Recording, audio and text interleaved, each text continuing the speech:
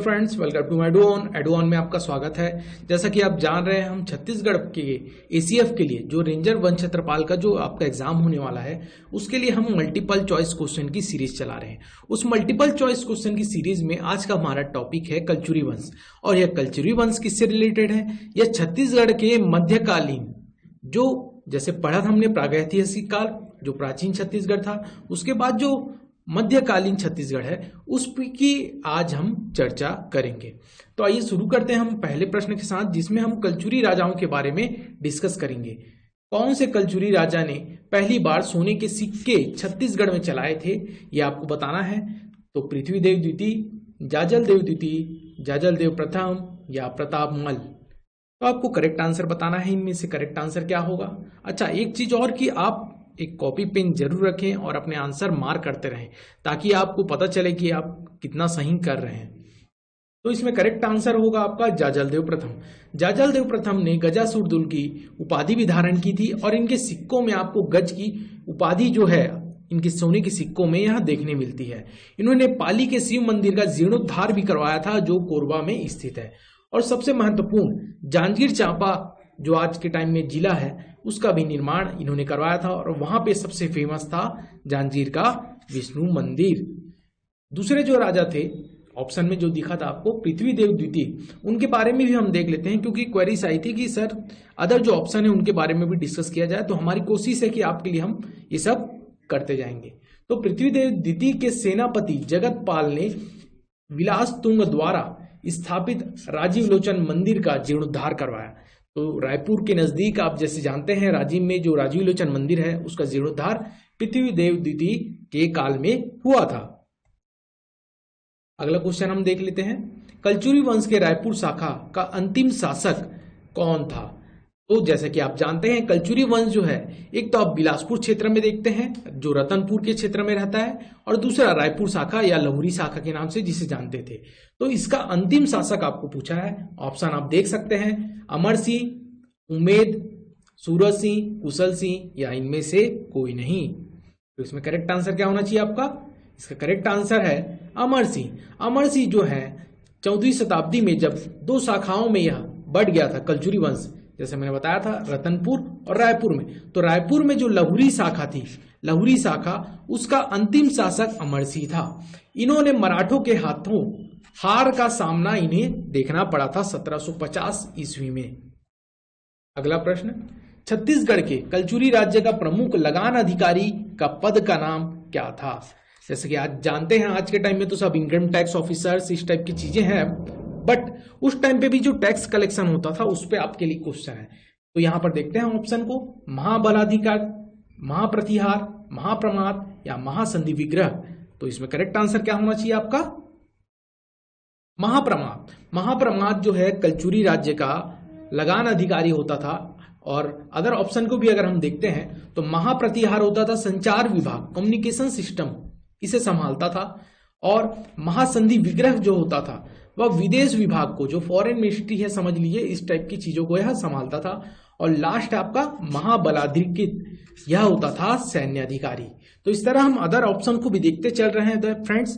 तो आप बिल्कुल जुड़े रहिए हमारे साथ, ये क्वेश्चन सीरीज जरूर कंप्लीट कीजिएगा, क्योंकि आपके लिए एग्जाम में बहुत हेल्पफुल होगा।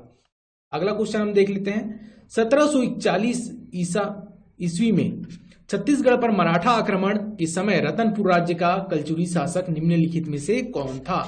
जब छत्तीसगढ़ में, जैसे कि आप जानते हैं, मराठा महाराष्ट्र के क्षेत्रों में थे और छत्तीसगढ़ के रतनपुर के क्षेत्र पर भी ये आक्रमण करते हैं, तो उस समय जो राजा थे कलचुरी शासक, वो कौन थे? अमर सिंह, रघुनाथ सिंह, मोहन सिंह या राज सिंह? तो इसमें करेक्ट आंसर क्या होगा आपका? उस समय जो राजा थे वह थे रघुनाथ सिंह। आइए सब पूरे ऑप्शन जितने हैं उसको देख लेते हैं। उसके बढ़ने से पहले हम देखते हैं रघुनाथ सिंह जी के बारे में। रघुनाथ सिंह जो है, उनका शासन होता है 1732 से 1745 तक, और कलचुरी वंश के अंतिम स्वतंत्र शासक थे। ये वर्ड को आप ध्यान देंगे, स्वतंत्र शासक, यानी इनके ऊपर और कोई अधिकार नहीं था। क्योंकि बाद में क्या होता है, जब मराठा इन पर आक्रमण कर देते हैं तो मराठा के अधीन कलचुरी शासक होते हैं, परंतु ये आखिरी स्वतंत्र शासक है कलचुरी वंश के।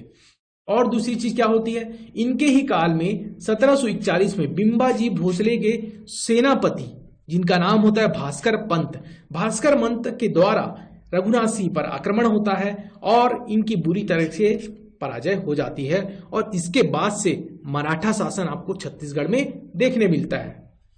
दूसरा ऑप्शन था मोहन सिंह। मोहन सिंह के बारे में देखें तो ये मराठों के अधीन अंतिम कलचुरी शासक था। जैसे ये देखे थे हम, ये अंतिम स्वतंत्र शासक है, तो ये मराठों के अधीन आखिरी शासक अगर आपको पूछा जाए तो मोहन सिंह। और राज सिंह, जिन्होंने रतनपुर में बादल महल बनाया था, और ये दूसरी चीज कि औरंगजेब जो है इसके भी समकालीन थे, क्योंकि इनके समय में मुगल काल की शुरुआत हो चुकी थी। मुगल काल जैसे आप पढ़ेंगे, दिल्ली सल्तनत के बाद मुगल काल की शुरुआत यहां पर हो गई थी। क्लियर है यहां पे? तो औरंगजेब के समकालीन अगर आपको पूछा जाए तो आपका आंसर होना चाहिए राज सिंह। और राज सिंह के दरबार में एक कवि होता है जिसका नाम है गोपाल मिश्र, और इन्होंने खूब तमाशा करके एक रचना लिखी थी जिसमें यह मुगल काल के जो राजा थे औरंगजेब, उनको बहुत खरी खोटी इन्होंने अपने खूब तमाशा जो रचना है उसमें सुनाई है। मेनका द्वार या यह दरवाजा, मेनका दरवाजा कहाँ है? शक्ति, मदनपुर, धनपुर, चतुरगढ़ या रामगढ़? तो इसमें करेक्ट आंसर क्या होगा आपका? चतुरगढ़। अब चतुरगढ़ अगर आप जाते हैं तो ये इमेज में देखिए चतुरगढ़ है। चतुरगढ़ में अगर आप जाते हैं तो यह चतुरगढ़ एक किला है जिसे आप लाफागढ़ के नाम से भी जानते हैं। और छत्तीसगढ़ को जैसे जानते हैं, यह 36 किलो से मिलकर बना है छत्तीसगढ़, तो उसमें एक गढ़ यह चतुरगढ़ भी है। चतुरगढ़ के 3 प्रवेश द्वार है यहाँ पर, एक मेनका, हुमकारा, सिंह द्वार। तो इन 3 द्वारों में से जैसे आप देखें, अगर मेनका को पूछा है तो नेक्स्ट टाइम आपको पूछा जाएगा हुमकारा या सिंह द्वार। तो इस प्रकार से भी आप देखेंगे कि अलग अलग प्रश्न यहां से बनते हैं। और यहां पर चतुरगढ़ में एक महिषासुर मर्दनी की एक मंदिर है, इसे भी बार बार पूछा गया है। और चतुरगढ़ के अगर निर्माण के या इस किले का निर्माण किसने कराया, इस चीज को पूछा जाए तो आपका आंसर होना चाहिए, इसका निर्माण हुआ था 14वीं शताब्दी में कलचुरी शासक बहारेंद्र राय या बहारेंद्र साय के द्वारा। और चतुरगढ़ को छत्तीसगढ़ का कश्मीर भी कहा जाता है। तो इस प्रकार आप क्या देख रहे हैं, एक तो हम डिस्क्रिप्शन भी देख रहे हैं क्वेश्चन के साथ, और आपको यहां से बनने वाले प्रश्नों के बारे में भी बता रहे हैं। अगला क्वेश्चन, छत्तीसगढ़ में कलचुरी राजवंश का संस्थापक कौन था? तो ये बहुत ही इजी क्वेश्चन है फ्रेंड्स। देखिए ऑप्शन को, कमलराज, कलिंगराज, व्याघ्रराज, विजयराज, सोमराज। तो इसमें करेक्ट आंसर क्या होना चाहिए आपका? तो इसका करेक्ट आंसर है कलिंगराज। कलिंगराज ही जो थे कलचुरी वंश के संस्थापक थे। इन्होंने 10वीं शताब्दी के आसपास छत्तीसगढ़ में अपनी एक शाखा स्थापित की, जहां पर इन्होंने अपनी राजधानी बनाई तुम्माड़। तुम्माड़ में इन्होंने अपनी प्रारंभिक राजधानी बनाई। रायपुर का नाम किसके नाम पर रखा गया? जो आज के वर्तमान आप देख रहे हैं जो छत्तीसगढ़ की राजधानी है, किसके नाम पर रखा गया? ब्रह्मदेव राय, हरिराव, राघोजी, अमर सिंह या वीर नारायण? तो इसमें करेक्ट आंसर क्या होना चाहिए आपका? यह बना था ब्रह्मदेव राय के नाम पर। जो कलचुरी शासक जो थे उनका, जैसे मैंने बताया था, एक रायपुर की लहुरी शासक थी। उस समय पर संस्थापक जो थे यहां पर रामचंद्र देव थे। रामचंद्र देव के जो पुत्र होते हैं ब्रह्मदेव राय, उनके नाम पर ही इस रायपुर नगर की स्थापना उस काल में की गई थी। कलचुरी नरेश ने कौशल के सोमवंशी शासक से पाली जीता था। तो वो कौन से कलचुरी शासक थे जिन्होंने इनसे यह पाली क्षेत्र जीता था? शंकरगढ़, कोकल, बालहर्ष या युवराज या इनमें से कोई नहीं? तो इसमें क्या होना चाहिए आपका करेक्ट आंसर? इसमें करेक्ट आंसर है आपका शंकरगढ़ द्वितीय मुग्ध तुंग। तो ये नाम आपको याद रखना है।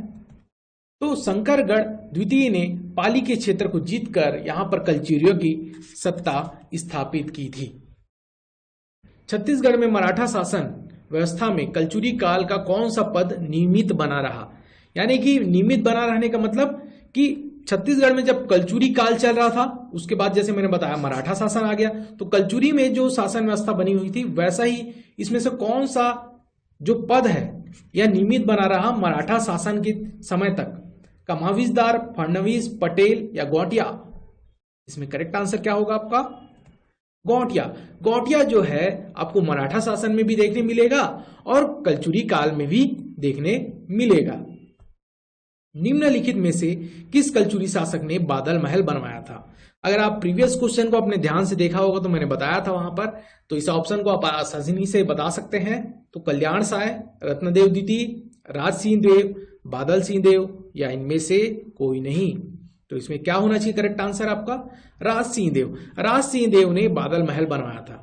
तो इसके अलावा भी हम अदर ऑप्शन को जैसे मैंने बताया था उसका डिस्क्रिप्शन देखेंगे तो हम देखते हैं कल्याण साय जी के बारे में। कल्याण साय जो थे यहां पर कलचुरी शासक थे और ये अकबर के समकालीन थे। जैसे औरंगजेब के समकालीन हमने देखा था, वैसे ही ये अकबर के समकालीन थे और ये अकबर के दरबार में 8 वर्ष तक रहे थे। इन्होंने एक राजस्व प्रणाली की भी शुरुआत अपने काल में की थी और इस राजस्व जो प्रणाली है इसकी मदद से बिलासपुर में जब प्रथम बंदोबस्त अधिकारी मिस्टर चीस्म 1868 में आते हैं तो छत्तीसगढ़ को 2 भागों में विभाजित करते हैं। एक तो शिवनाथ नदी के उत्तर में 18 गढ़ हैं जिसके मुख्यालय उन्होंने बताया रतनपुर, और दक्षिण में 18 गढ़ जिसका मुख्यालय था रायपुर। तो ये चीजों को भी आपको याद रखना है कि मिस्टर चीस्म जो थे इनकी ही राजस्व प्रणाली से इन्होंने प्रेरणा ली थी। और दूसरे जो राजा थे अदर जो ऑप्शन में रतनदेव द्वितीय। तो रतनदेव द्वितीय के बारे में सबसे ज्यादा जो क्वेश्चन आता है वह यह आता है कि इन्होंने गंगवंशी राजा अनंत वर्मन चोड़गंग को शिवरी नारायण के पास पराजित किया था। क्योंकि ये जो राजा हैं उड़ीसा के जो राजा होते हैं उन्हें अनंत वर्मन चोड़गंग ये रतनपुर पर आक्रमण करते हैं जिसका रतनदेव बहुत बहादुरी से मुकाबला करते हुए इन्हें शिवरी नारायण के पास पराजित कर देते हैं। छत्तीसगढ़ के कलचुरी शाखा के कलिंग राज ने प्रथम राजधानी कहां बनाई थी? अगर आपने प्रश्नों को देखा है ध्यान से तो इस आंसर को भी आप दे पाएंगे। रतनपुर, तुम्माड़, मणिपुर, सिरपुर या गरगोड़ा। तो इसमें क्या होगा करेक्ट आंसर आपका? तुम्माड़। तुम्माड़ को कलिंग राज ने अपनी पहली राजधानी बनाई थी। और इसमें अगर ये मणिपुर को आप अगर देख रहे हैं तो मणिपुर जो है रतनपुर का ही प्राचीन नाम है। तो यहां पर आप इस चीज को भी नोट करते चलेंगे। तो आइए देखते हैं। कलिंग राज ने अपनी पहली राजधानी तुम्माड़ को बनाया था, जैसे कि हमने इस चीज को जान चुके हैं। और कलिंग राज के बारे में आपको अमोदा से प्राप्त ताम्रपत्र जो है उनसे इनके बारे में जानकारी मिलती है। इनके बाद जो राजा आते हैं रतनदेव प्रथम, उन्होंने शिव मंदिर का निर्माण करा है। ये जो इमेज में आप देख रहे हैं तुम्माड़ में आपको शिव मंदिर देखने मिलता है, इसका निर्माण इन्होंने करवाया था। और तुम्माड़ स्थित कहाँ है यह पूछा जाए तो आपको आंसर होना चाहिए कोरबा। कोरबा के निकट आप कटघोरा तहसील में आप जाते हैं, कटघोरा के निकट, तो आपको एक तुम्माड़ क्षेत्र देखने मिलता है। यहाँ पर यह शिव मंदिर भी स्थित है जहां पर शिवलिंग स्थापित है। और इसके द्वार में जो यहाँ पर अगर जब एंट्रेंस में जाते हैं जहां पर प्रवेश द्वार है वहां पर आपको द्वारपाल देखने मिलते हैं और गंगा जमुना की मूर्तियां भी आपको देखने मिलती है। तो इस प्रकार हम बहुत सारे प्रश्नों का अध्ययन करते जा रहे हैं और डिस्क्रिप्शन भी देख रहे हैं। और अब हमारा जो क्वेश्चन है यहां पर हम समाप्त करते हैं और नेक्स्ट जो हम स्टार्ट करेंगे उसमें डिस्कस करेंगे मराठा शासन के बारे में। तो मराठा शासन के लिए मैं आपको एक प्रश्न देके जा रहा हूं, इस प्रश्न का उत्तर आप कमेंट सेक्शन में जरूर दीजिएगा। तो क्वेश्चन यह है, मोहम्मद खां तारान को सैन्य सेवा में बहादुरी के बदले बिम्बाजी भोसले ने एक किले के क्षेत्र में 5 स्थान दिए थे, उस किले का नाम आपको बताना है। तो इस प्रश्न का उत्तर जरूर आप कमेंट सेक्शन में दीजिएगा, क्योंकि इससे क्या होगा, अगर आप आगे का टॉपिक पहले से पढ़ के रखेंगे तो आपको हमारे प्रश्न उत्तरी जो सीरीज चल रही है उसमें आपको सहायता मिलेगी। इस प्रकार हम इस सेशन को समाप्त करते हैं। आगे भी हमारे साथ आप जुड़े रहिएगा। धन्यवाद। जय छत्तीसगढ़।